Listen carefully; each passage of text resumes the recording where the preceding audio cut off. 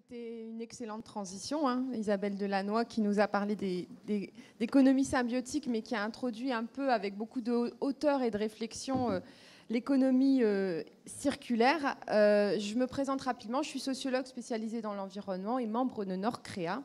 Et j'appelle tout de suite les différents intervenants à venir nous rejoindre. Alain Clodo, directeur d'EcoTLC, Agathe Mouviel et Violaine Waslinski, qui sont toutes deux de Camailleux. Benjamin Marias, je ne le vois pas, qui doit nous rejoindre également, fondateur de R et qui travaille sur le projet SOX. Et puis Eugénie Delarivière, que je vois d'Emmaüs Alternative, qui va nous rejoindre tout de suite. Ah bah tu es là, parfait. Juste quelques mots pour introduire cette table ronde où nous sommes... alors Eugénie nous rejoint tout de suite. Je t'en prie, Alain. Eugénie, je t'en prie, prends place. Quelques mots pour introduire le sujet. Alors, en ce moment, ou plutôt c'est le dernier jour aujourd'hui, se tient le World Forum à Lille. Et j'ai eu l'opportunité, lors de la séance d'ouverture, d'écouter quelqu'un de très intéressant, qui est Raphaël Mavigné, qui a créé un réseau international de l'économie, des entreprises engagées dans l'économie circulaire et des solutions de l'économie circulaire, et qui revenait un peu sur des grands chiffres qui, à mon avis, sont quand même intéressants, qu'il est intéressant de rappeler. Il disait que, selon la Banque mondiale, le coût du traitement des déchets solides représenterait aujourd'hui plus de 200 milliards de dollars par an. Et à l'horizon 2025, et c'est ce qui nous intéresse beaucoup, il représenterait 375 milliards de dollars. Il faut savoir aussi que donc, le traitement, ou plutôt le non-traitement des déchets a un coût considérable, mais il a aussi un impact écologique considérable, puisque à ce même horizon 2025, il y aurait plus de plastique dans les océans que de poissons. Il a fait ses constats aussi à l'issue d'un grand travail et d'un tour du monde de ces initiatives. Ces résultats, cet impact écologique et économique est le résultat d'une économie qu'on appelle l'économie linéaire. Nous, on va parler de la mode circulaire, mais c'est important de rappeler qu'il consiste à extraire, produire, consommer, jeter. Et justement, face à cela, pour réduire les déchets, il y a un élan qui voit le jour depuis un certain nombre d'années, qui devient un élan du grand public, et c'est souhaitable, avec la dynamique autour du zéro déchet et de Bea Johnson. Il y a aussi des législations comme la loi de transition énergétique en France, qui est venue donner un coup de booster à cette économie circulaire. Il y a enfin, y compris dans la région des Hauts-de-France, puisque nous sommes ici dans les Hauts-de-France, toute une dynamique autour de la troisième révolution industrielle qui permet de construire des solutions et de faire émerger ce secteur de l'économie circulaire. L'économie circulaire, c'est réduire les déchets à la source avec l'éco-conception et l'optimisation de l'usage des produits tout au long de leur vie, mais c'est aussi le recyclage, et c'est ce dont on va parler ici.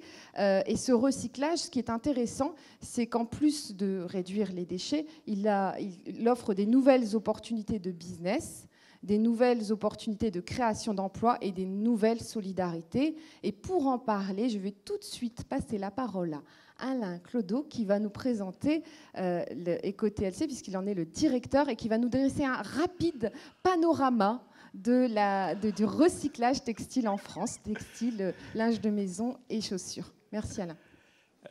Bonjour, merci beaucoup de me passer la parole. Je voudrais d'ailleurs moi essayer de la passer tout de suite à mes voisins et voisines, parce que je suis persuadé qu'elles ont des expériences très concrètes, bien plus intéressantes que ce que je vais vous dire. Donc, je vais essayer d'aller à l'essentiel. Donc, je représente votre éco-organisme de la filière textile, c'est-à-dire que je représente, enfin nous représentons d'ailleurs, parce que je voudrais que Maud Hardy se lève et que Adèle Rink également se lève, puisque vous avez 50% de l'effectif de l'éco-organisme qui est ici présent dans les Hauts-de-France. Et on est ravis. Je voudrais d'ailleurs aussi vraiment féliciter les organisateurs, parce que c'est un événement extraordinaire et ô combien vivifiant, régénérant, que de voir toute cette jeunesse, toute cette dynamique autour des idées et de la création. Vraiment bravo et merci de nous avoir invités. Alors, je disais que je représentais donc les différentes entreprises qui mettent en marché des textiles d'habillement, linge de maison et chaussures, et qui, par leur canal d'ailleurs, recueillent ce qu'on appelle une éco-contribution, c'est-à-dire ce que chacun d'entre nous paye lorsqu'il achète un vêtement neuf. Et avec cette éco-contribution, on essaye de participer à l'accompagnement de la transition écologique dans laquelle on est, c'est-à-dire qui consiste effectivement à passer d'un monde dit linéaire vers un monde beaucoup plus circulaire. Mais si vraiment vous voulez en savoir plus, allez surtout sur notre site ecotlc.fr et surtout sur le site J'ai la fibre du tri, parce que à la fois tout ce à quoi on contribue y est largement expliqué, mais surtout tout ce que la plupart d'entre vous ici présents ou ailleurs font dans ce sens-là est mis en valeur, est exprimé. Et d'ailleurs, j'encourage tous ceux qui ont des bonnes idées dont on n'a pas encore pu parler à nous rejoindre, à prendre contact avec Adèle pour qu'on puisse faire la promotion de toutes ces belles idées. Donc avec les sous que l'on recueille en matière d'éco-contribution, on travaille principalement dans trois directions. La première, la pédagogie et la sensibilisation aux gestes de tri. Il ne faut plus jeter. On le sait, il faut rapporter les vêtements dont on n'a plus besoin dans l'une des 42 000 adresses qui existent en France, et je crois 3 500 dans votre région, pour récupérer et traiter les vêtements dont on n'a plus besoin. Donc la première chose, informer. La deuxième chose, c'est aider les opérateurs de collecte et surtout de tri et de valorisation à aller jusqu'au bout de la démarche pour que 100% des vêtements qui soient récupérés soient soit réutilisés parce qu'ils sont encore mettables, ils sont encore portables, ou surtout soit recyclés, c'est-à-dire qu'on aille chercher les composants qui sont à l'intérieur des produits et qu'on les transforme en nouvelles ressources. La dernière chose à laquelle on participe, c'est justement au développement de l'innovation, de la recherche et développement, parce que forcément, vouloir refaire un nouveau jean avec un vieux jean, techniquement, c'est possible, mais si on le fait avec les méthodes que l'on a aujourd'hui, il faut être clair, ce n'est pas rentable. Donc il faut trouver d'autres formules qui vont permettre de retourner à la matière première et à récupérer cette matière première pour pouvoir l'incorporer dans de nouveaux produits. Mais je vais m'arrêter tout de suite là, parce que vous avez dû avoir, ou il y a encore de disponible, une plaquette qui s'appelle Les chemins de l'innovation, et dans laquelle est largement décrit les différentes actions auxquelles on contribue. Vous voulez peut-être quelques chiffres ? Alors, peut-être nous dire, puisqu'on est là aussi pour se tourner vers l'avenir, du point de vue d'EcoTLC, de ton point de vue, quels sont vraiment les axes stratégiques, alors tu parles d'innovation, sur lesquels doivent se pencher à la fois les entreprises, les jeunes créateurs, les startups présentes, pour être au rendez-vous ?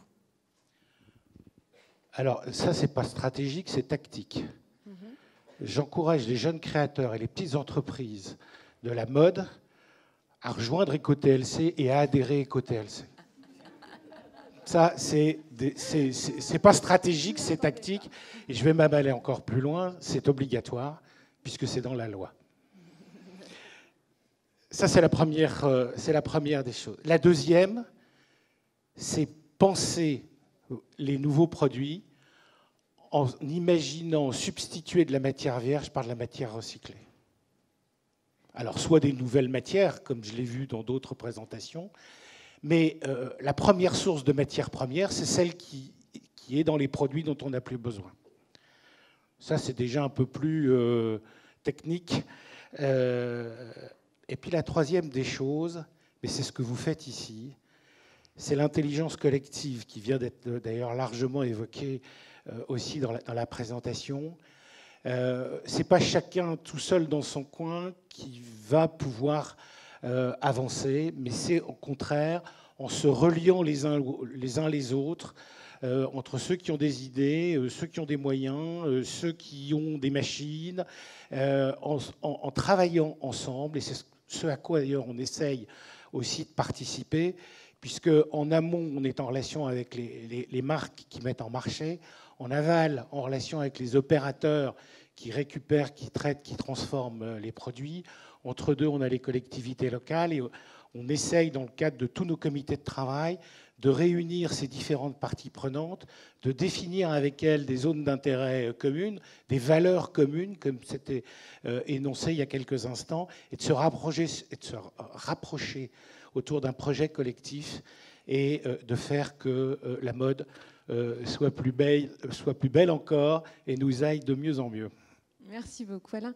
Alors, la transition est toute trouvée. On parle d'EcoTLC et on va parler tout de suite d'un projet qui a été soutenu par EcoTLC, qui est le projet que porte Benjamin Marias, qui s'appelle SOX Footwear et qui c'est ça ? SOEX Footwear, dont il va nous parler tout de suite avec une petite présentation. Ouais, je vais me lever, ça sera plus agréable pour parler. Je vais attendre la présentation. Oui. Juste pour comprendre le contexte, pourquoi on arrive au projet de R&D, juste pour me présenter, je suis le fondateur et le co-gérant de cette petite agence qui s'appelle R, et on est basé à Annecy et à Anglet, dans le Pays Basque, d'où ces photos inspirantes de nos terrains de jeu qu'on essaye de protéger. Est-ce qu'il y a... Oui, c'est là. Ça, je vais aller très très vite. Donc, en gros, on aide les entreprises et les territoires à innover de manière responsable. Comme beaucoup dans la salle, on cherche à changer le monde, à passer d'un monde, on va dire, individualiste à un monde collaboratif, d'un monde linéaire à un monde circulaire. Et on accompagne ce changement, on accompagne cette transition en donnant envie aux gens de faire de belles choses, en donnant envie aux gens de travailler ensemble. Et typiquement, il y a quelques projets que l'on fait, et le projet que je vais vous présenter en est un, où on fait travailler les gens ensemble. Et ça, c'est les secteurs d'activité dans lesquels on travaille. On ne travaille pas partout. On choisit nos terrains de jeu, nos écosystèmes dans lesquels on apporte notre contribution. Il y a parfois des projets où, pour les clients pour qui on travaille, où il n'y a pas de solution existante. On accompagne des marques dans le recyclage de leurs vêtements. Technique, il y a des possibilités sur le polyester, sur le polyamide, etc. Mais sur la chaussure en particulier, c'est l'exemple que je vais illustrer ici. La chaussure, en fait, aujourd'hui, à part Nike dans le monde, il n'y a pas de recyclage des chaussures qui existent à grande échelle et pour tout type de chaussures, que ce soit les chaussures de ville ou les chaussures urbaines, comme on voit ici, il y a un peu de tout. Tout ce qui est collecté aujourd'hui, les opérateurs de collecte et de tri collectent tout, normalement, la chaussure. Alors malheureusement, la chaussure est encore le parent pauvre parce que le pourcentage de chaussures collectées est très faible. Donc on vous invite véritablement à ramener vos chaussures dans les points de collecte, c'est important. Et juste pour une petite question, est-ce que vous savez combien de paires de chaussures en moyenne un Français consomme ? Est-ce qu'on est dans le prêt-à-porter, dans le fashion ? Peut-être que ça vous dit quelque chose ? 8 ? Ouais, on est à 7. En moyenne, un Français, une Française consomme 7 paires de chaussures par an. Donc si on fait un rapide calcul, ça nous fait plus de 400 millions de paires de chaussures qui sont sur le marché, qui arrivent sur le marché chaque année. Donc c'est énorme. Et il se trouve qu'on retrouve ces chaussures-là en fin de vie chez un opérateur de tri. Et en l'occurrence, celui-ci, c'est chez SOEX, avec qui on a travaillé donc en partenariat avec SOEX et InCycle, un anglais, avec le soutien d'EcoTLC pour mettre en place un projet de recyclage des chaussures en fin de vie. On vient de terminer le projet. Ça a été deux projets distincts et ça fait 4 ans. Et du coup, on vient de terminer ce projet de recherche. C'est un projet de recherche qui, du coup, nous a amené à offrir une solution. C'est un ensemble de machines qui permettent, de manière automatique, de broyer, de séparer les matières, de trier les matières et d'arriver à la fin à des granulés de caoutchouc, des granulés de mousse, des granulés de cuir, des granulés, pas vraiment de granulés, mais de toute la partie textile, et puis le métal. Et donc on arrive à séparer l'ensemble de ces matières-là de manière automatique. Donc aujourd'hui, ça ressemble à ça. C'est la version pilote, c'est la ligne pilote. Les chaussures rentrent ici. Elles passent dans ces différentes machines. Il y a 2 machines qui ont été développées spécifiquement lors du projet EcoTLC, co-soutenu par EcoTLC, et qui nous permet aujourd'hui en fait, d'arriver à ce genre de choses. Donc la matière, c'est les petits granulés qui sortent de la machine. Donc ça, c'est du caoutchouc, par exemple. Donc c'est pas un 100% caoutchouc, comme on peut avoir une qualité issue d'une matière vierge, mais c'est pas grave. En fait, cette matière-là, elle est quand même hyper intéressante pour la mettre en mélange. Et donc on arrive à réintégrer cette matière au sein de semelles en caoutchouc avec un fournisseur portugais. Et ça permet de refaire de la semelle à partir de vieilles chaussures. Donc ça, c'est possible. Et sur la mousse, j'ai pris un autre exemple. Sur la mousse, on arrive à réintégrer cette mousse-là aujourd'hui dans des revêtements de sol. Donc que ce soit la partie qu'on ne voit pas, la partie intermédiaire qui crée le rebondi sur ces revêtements de sport, peut-être que vous avez déjà vu, ou les aires de jeu pour enfants. Donc on arrive aujourd'hui à ce genre de choses. Et c'est une petite révolution en soi, et ça ne demande qu'à grandir maintenant, et donc avec le soutien non seulement des marques, mais aussi des fournisseurs. Et c'est là où tout l'enjeu de collaboration arrive, parce que c'est là où le recyclage peut fonctionner, c'est quand tout le monde travaille ensemble. Donc je vous invite vraiment à travailler tous ensemble pour le recyclage. Merci. Merci. Merci beaucoup.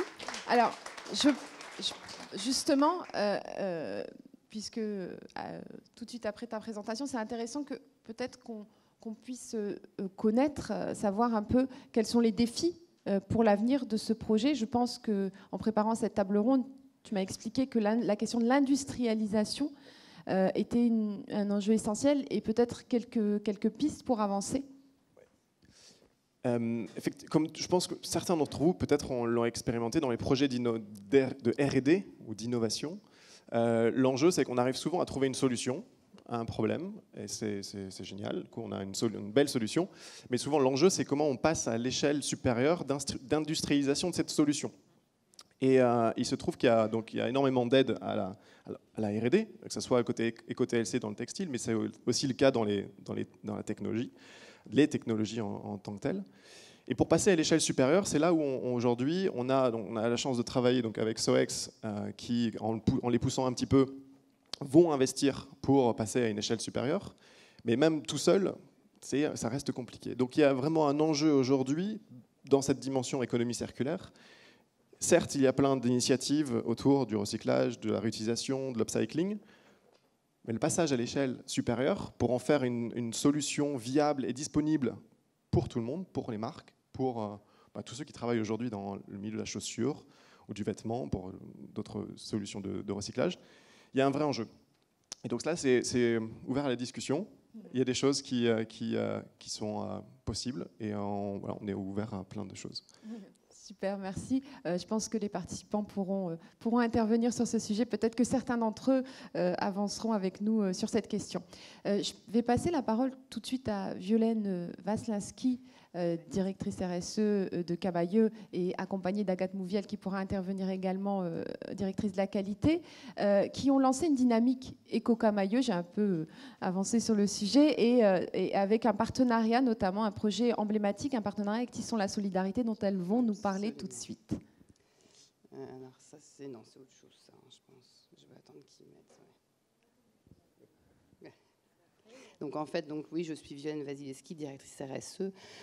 Pour la petite histoire, je ne viens pas du tout au départ de la RSE, mais c'est important que je vous le dise parce que on voulait aussi vous donner un petit contexte de cette nouvelle direction RSE parce qu'elle est très récente.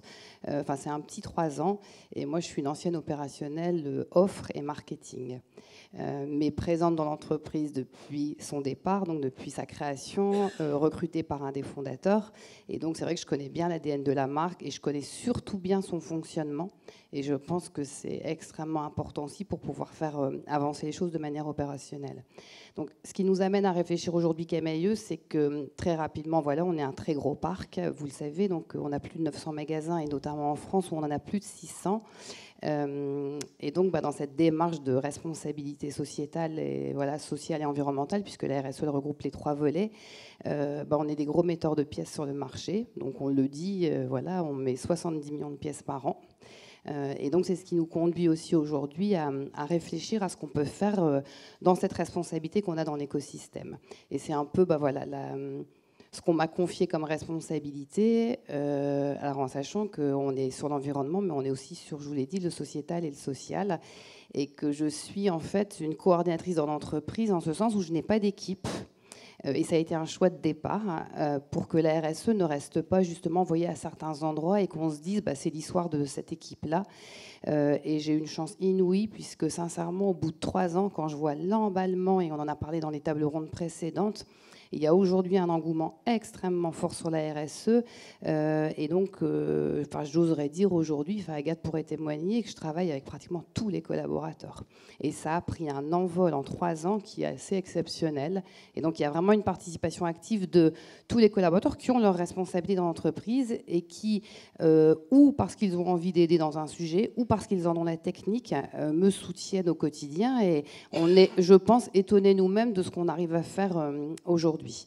On est très clair pour dire que c'est une démarche d'amélioration continue et on va le voir dans ce qu'on va présenter. Oui, on a entamé l'économie circulaire. Pour l'instant, on en est au collecte. On a plein d'idées derrière et je sais qu'on va réussir.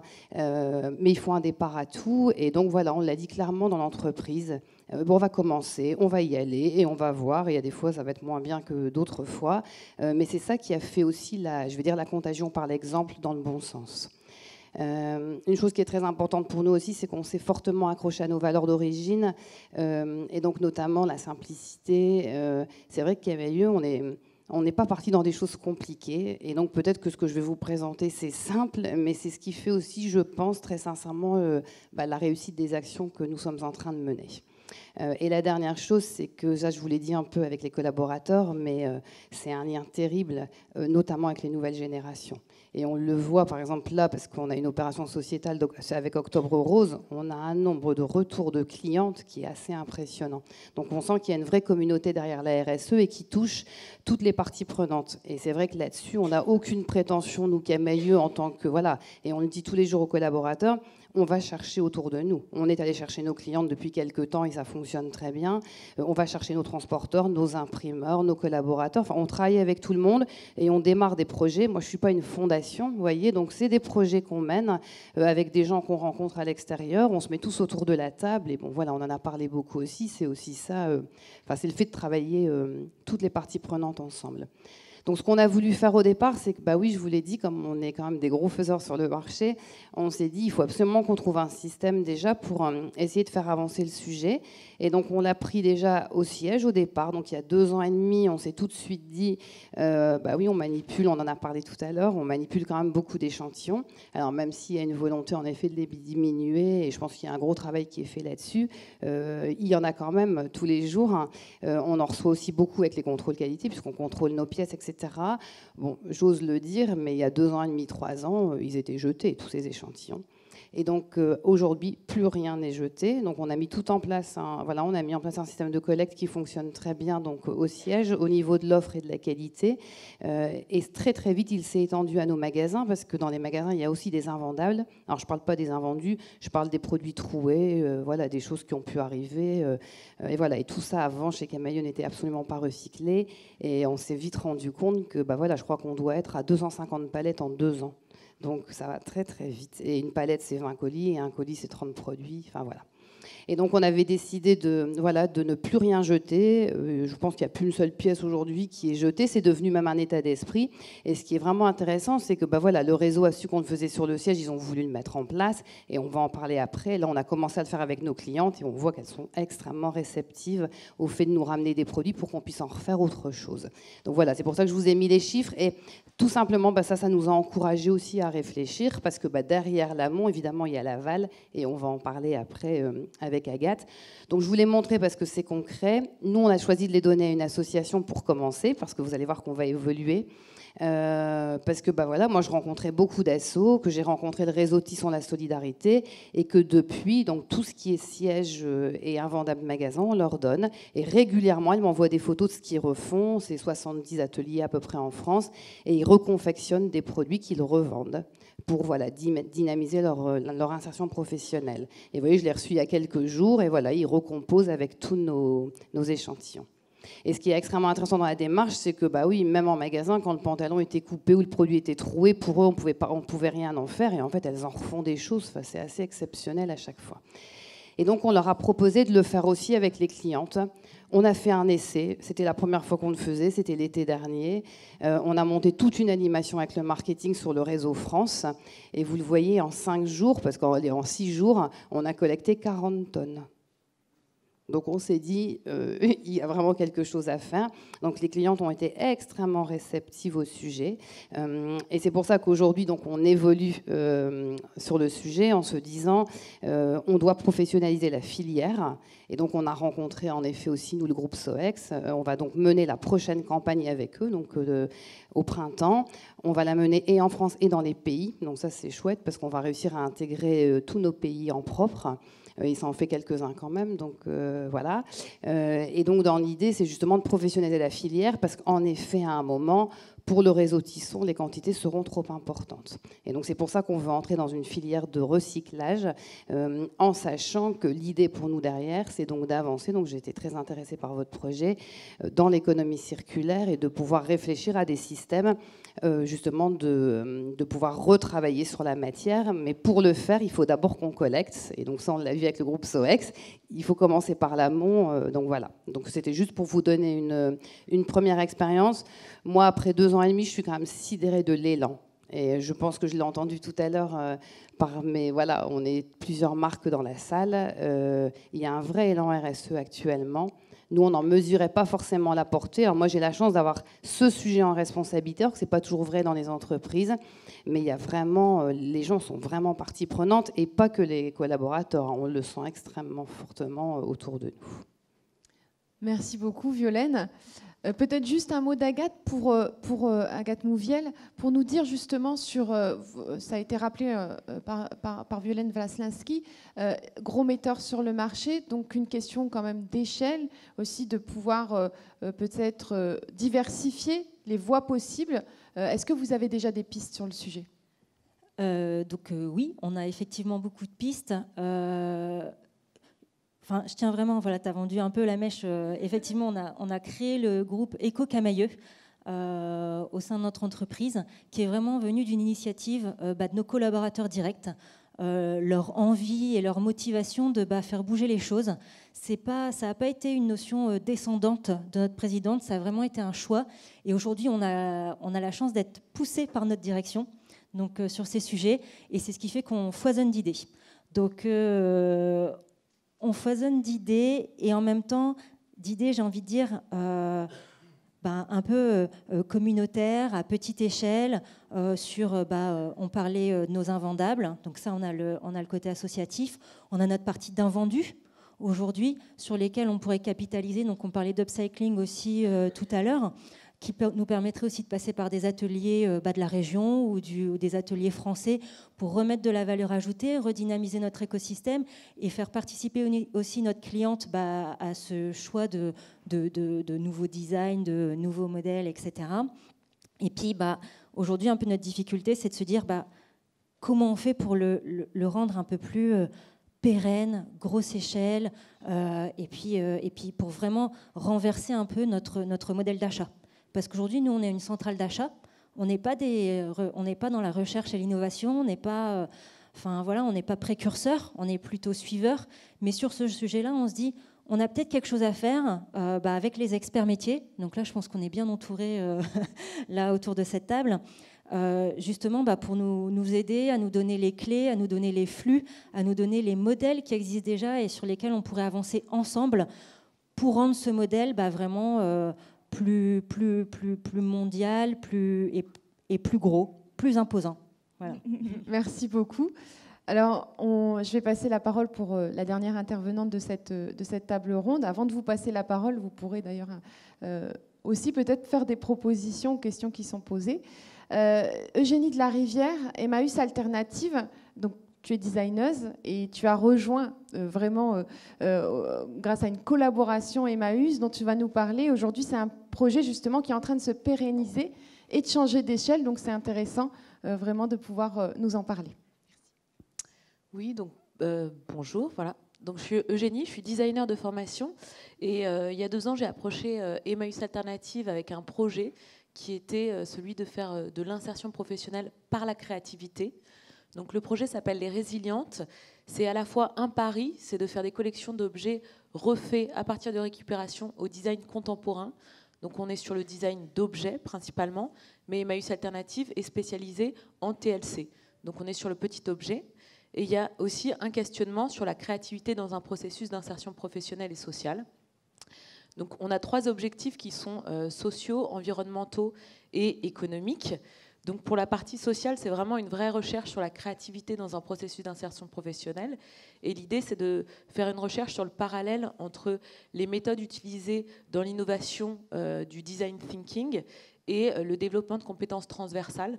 Donc on n'est pas avec les salariés qui sont en insertion au sein du projet, on n'est pas sur le développement de savoir-faire technique, on est vraiment sur le développement de savoir-être et le développement de compétences transversales comme l'autonomie dans le travail, savoir travailler en équipe, savoir anticiper, résoudre un problème. Et dans un deuxième temps, on fait aussi des ateliers réguliers. Donc tous les 2 mois, on fait des ateliers qui sont destinés aux personnes qui sont accompagnées par nos accueils de jour. Donc là, c'est vraiment pour une insertion sociale. Et dans cela, c'est des gens qui sortent tout juste de la rue ou d'addiction. Et là, on travaille vraiment plus sur une redynamisation et le travail sur l'estime de soi à travers le faire et à travers les savoir-faire de la main. Pour la partie environnementale, on est aussi sur un projet zéro déchet au sein d'associations comme Emmaüs. On récupère énormément de choses et il y a énormément de choses qui ne sont pas revendables, revalorisables, ni même donnables en l'état.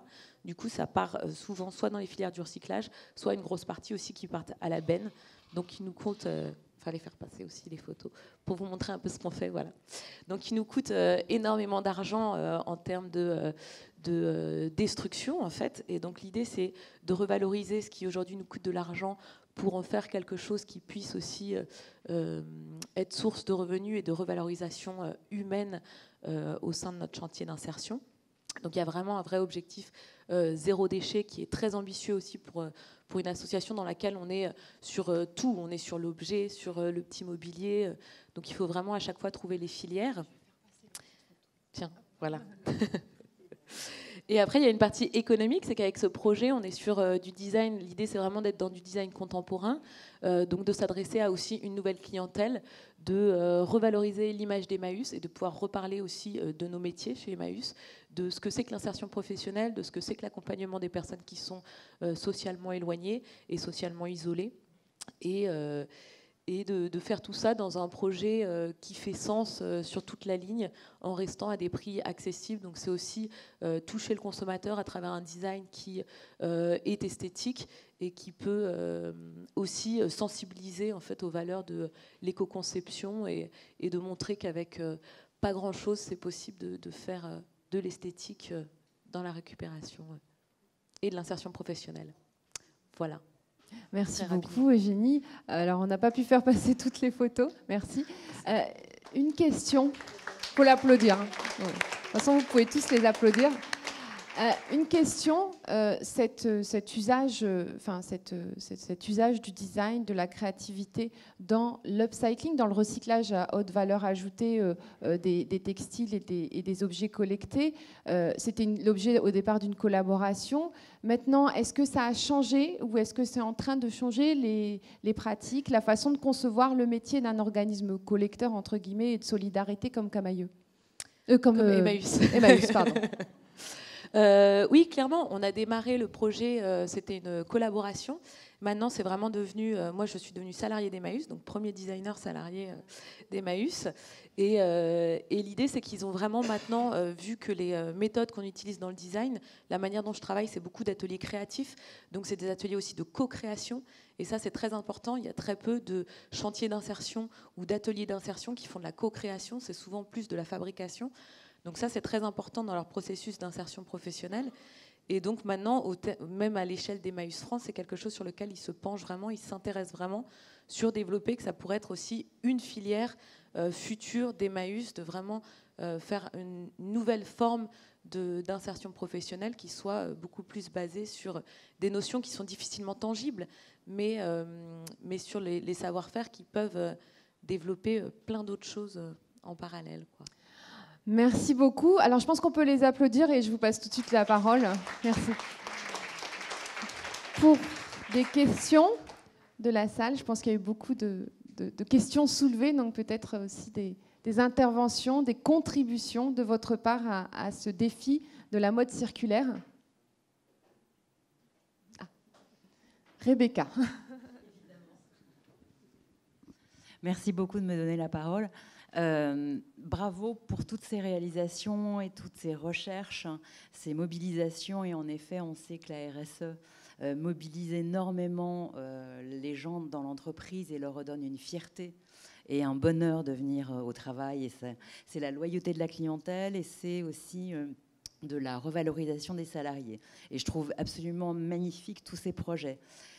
Moi, je vais juste mettre un petit grain de sable dans ce rouage.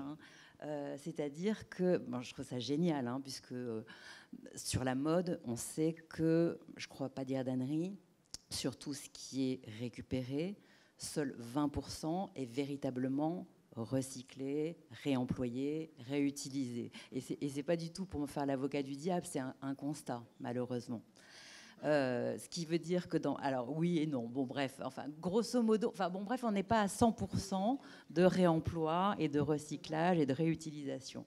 Ça veut dire qu'on est quand même sur une masse de potentiel et de déchets qui est important. Donc moi, ma question, l'économie circulaire théoriquement fait une boucle vertueuse. On est en amont avant le déchet, donc dans la non-création de déchets, en théorie, hein, sur l'économie circulaire, dans l'éco-conception, dans du patronage zéro déchet, pourquoi pas. Il y a eu une époque où, pour des robes de mariée ou des couturiers travaillent sur des patrons zéro déchet, ou alors avec un minimum de chute. Où est-ce que vous en êtes dans ces réflexions et sur, comme on le disait dans la table ronde précédente, hein, c'est une refonte du business model. C'est-à-dire qu'on remet tout à plat, on pense différemment, on est peut-être dans une production différente, il faut peut-être rééduquer la cliente. Moi, j'ai horreur du terme consommateur, donc je dis toujours cliente et client, parce que c'est des individus, des citoyens dont l'achat est de plus en plus un acte conscient et politique, au sens noble du terme, hein. Est-ce qu'il ne faut pas remettre tout ça en considération pour qu'on ne soit pas dans une surconsommation avec une surproduction, revenir dans un rythme des saisons, revenir dans un rythme différent, éventuellement réinventer des choses? Voilà, autant de questions en vrac, mais juste pour boucler la loupe, pardon, je suis en anglais là, boucler la boucle, hein, pour être véritablement dans une logique circulaire et en ayant toujours ces pratiques d'insertion qui sont juste géniales, pour que personne soit sur le carreau et que l'environnement ne soit pas sur le carreau non plus. Je vais tout de suite donner la parole à nos intervenants. Simplement, on a choisi de mettre effectivement l'accent sur l'aval, sur le recyclage pour cette table ronde, mais la question est pertinente et je pense que nos intervenants vont avoir très envie de vous répondre. Et j'ai même envie de dire que dans votre question, il y a déjà la réponse. C'est que oui, forcément, on est... enfin voilà, on a cette conscience qu'il faut diminuer déjà notre quantité d'achat, ce qu'on a déjà commencé à faire. Donc en tant que cliente, je pense que vous ne le voyez pas dans les magasins et c'est bien la preuve qu'on avait énormément d'invendus parce qu'on était dans cette consommation de masse et cet achat de masse et on ne voulait surtout pas, on en parlait dans une autre table ronde avant, frustrer notre cliente qui pouvait à un moment donné se rendre compte qu'elle n'avait pas le produit qu'elle voulait. Et donc on est en train de changer un peu de mentalité en se disant si notre cliente est frustrée, tant pis. Mais au moins, ça nous fait un produit en moins qui potentiellement peut rester dans nos stocks avec aucune valeur. Donc, on revoit ça. Il y a clairement, je pense aussi... Enfin, voilà, on est tous ceux qui commencent à créer des marques, etc. Je suis d'accord, il faut partir sur les matières recyclées et déjà sur un process vertueux dès le départ. Nous, on a cette contrainte-là qui fait qu'on fait partie des gros à faible coût. Enfin, notre cliente chez nous, elle a besoin aussi, elle vient chercher du produit au bon rapport qualité-prix, mais néanmoins, on l'a quand même habitué à un bas prix. Et on le voit encore aujourd'hui avec les Primark, etc. Il y a encore malheureusement une grosse appétence à tout ça. Et donc, on ne peut pas du jour au lendemain fondamentalement changer notre business model.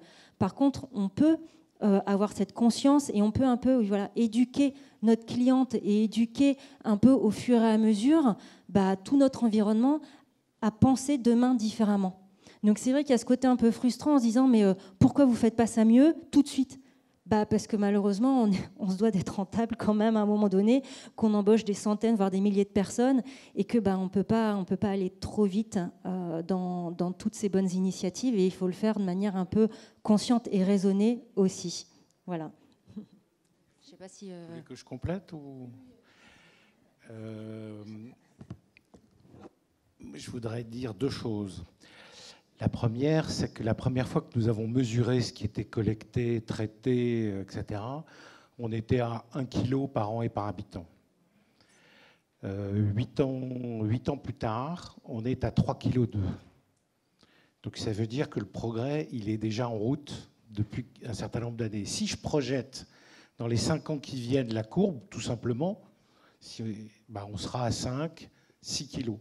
Donc ça veut dire que le processus d'amélioration continue, il est là. La deuxième chose que je voudrais dire, c'est que circulaire, c'est boucle, il ne faut pas louper la boucle pour reprendre ce que vous disiez, mais c'est surtout la notion de cycle de vie en fait. Et donc le cycle, on veut le faire tourner en rond, alors dans le bon sens du terme. Ça veut dire que les actions qui sont menées par chacun, elles se font au début, à la création du produit, donc l'éco-conception. Elles se font à l'achat. Ça veut dire quoi? Acheter plus responsable pour un consommateur, une consommatrice, un citoyen. Ça veut dire quoi? Utiliser, se servir de son produit de manière plus pertinente, plus adaptée par rapport à son usage. En matière de vêtements, c'est comment je l'entretiens. Sachant que plus je l'entretiens, plus je consomme d'eau et plus j'ai d'impact environnemental. Mais en même temps aussi, plus je prolonge la durée de vie du produit. Ensuite, c'est comment je m'en défais, comment je m'en sépare, et comment ceux qui récupèrent cette matière en donnent une nouvelle vie. Mais on est véritablement dans un processus d'amélioration continue. Il est en marche. Il y a de plus en plus d'acteurs qui y participent, chacun avec sa propre contribution, certains que financière et d'autres bien plus que financière. Et on sent bien que tout le monde est en marche, pour utiliser aussi des termes à la mode. Voilà ce que je voulais dire, en tout cas ce que m'inspire votre question-réflexion. Merci. Alors, encore une question. Oui, bonjour. J'ai deux petites questions, remarques d'un point de vue de la réglementation. Je me pose en candide la question, quand on fait du recyclage, on mélange des fibres qui peuvent être différentes. Est-ce que c'est un obstacle? Si mes connaissances sont bonnes, on doit être à 3 points près juste. Est-ce qu'on a le droit de mettre X% de matière recyclée ou pas? Ou est-ce qu'on peut tout mélanger et ça passe? Autre remarque, c'est un peu un rêve, une utopie, c'est plus du lobbying.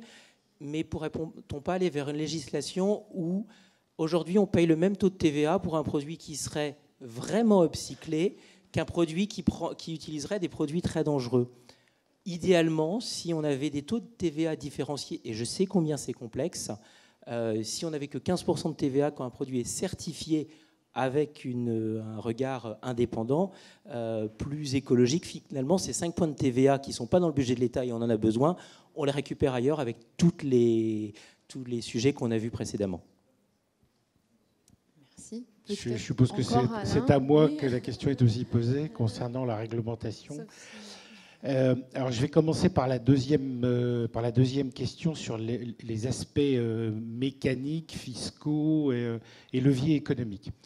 Bon, déjà, nous, en tant que tel, en tant qu'éco-organisme qui collectons une éco-contribution, on participe justement à la taxation, entre guillemets, à l'incorporation dans le prix de revient du produit d'un coût de traitement de sa fin de vie. Et aujourd'hui, l'éco-contribution que les entreprises et les citoyens payent à EcoTLC est ce qu'on appelle éco-modulé. C'est-à-dire qu'un produit qui est plus vertueux, qui est mis sur le marché, est plus vertueux, alors notamment quand il intègre de la matière recyclée, il bénéficie d'un abattement sur sa contribution de 50 ou de 25% selon les cas. Je ne vais pas rentrer dans les termes techniques. Et à l'inverse, on pourrait très bien imaginer des malus sur des produits qui seraient moins vertueux. On va d'ailleurs très probablement proposer, fin de cette année, début d'année prochaine, une écomodulation qui prend en compte la durabilité des produits. Si on est capable de démontrer qu'on met sur le marché un produit qui a potentiellement une durée de vie plus longue, il pourrait bénéficier par exemple d'un bonus. Donc voilà des éléments très techniques et sur lesquels nous intervenons en tant qu'éco-organisme, sur lesquels on peut jouer. Il y a d'autres réflexions de manière plus globale. On parle de TVA circulaire. Vous avez des groupes de travail qui réfléchissent là-dessus pour effectivement moduler la TVA en fonction du caractère vertueux des produits. Sur la première question, s'agissant de la réglementation au niveau d'incorporation de matières recyclées, il n'y a pas de réglementation particulière. Rien n'interdit le fait de mettre 10%, 30%, 50% de matières recyclées. Déjà, l'exemple largement connu des polaires qui sont faites à 100% en PET recyclé issu des bouteilles n'ont aucun problème lié à la réglementation concernant des matières recyclées. Bien sûr, il y a toute la réglementation que vous connaissez en matière de REACH et autres, mais ça ne concerne pas spécifiquement les matières recyclées. J'espère avoir répondu à votre question. Merci beaucoup. Alors, il y a une feuille de route aussi sur l'économie circulaire nationale qu'on attend du ministre Nicolas Hulot, qui nous donnera aussi des pistes pour continuer à réfléchir et à avancer ensemble sur cette question de la mode circulaire. En attendant, je vous propose de remercier et d'applaudir très chaleureusement nos intervenants. Vous pourrez les retrouver en after work pour poursuivre ces échanges et ces débats. Merci à tous de votre attention.